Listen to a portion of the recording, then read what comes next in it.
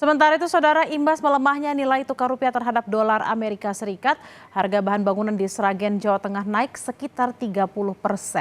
Pengusaha toko material juga mengaku omset penjualan mereka menurun drastis hingga 10%.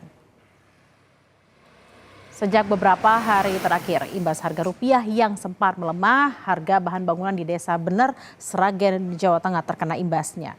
Kenaikan tertinggi terjadi pada harga cat tembok naik Rp40.000 hingga Rp50.000. Yang sebelumnya dari harga Rp140 kini menjadi Rp190.000 per galonnya.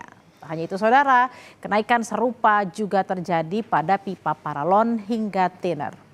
Sedangkan untuk harga semen dan besi naik sekitar Rp4.000.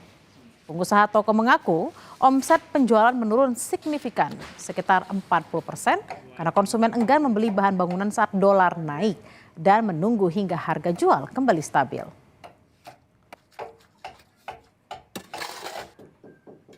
Untuk saat ini semua item dari bahan plastik atau besi semua kenaikan ya cukup signifikan ya.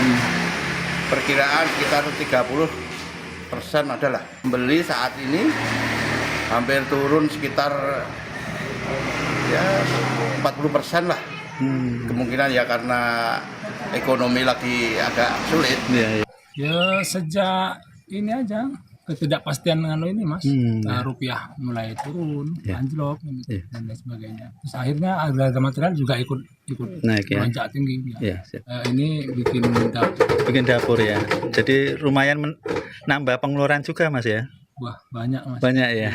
Luput mas, tadinya anggaran segini jadi segini mas. Oh iya. Mungkin mas ya minta tolong lah rakyat kecil yang di bawah ini mau bikin kayak gini aja, mas kerasa banget mas.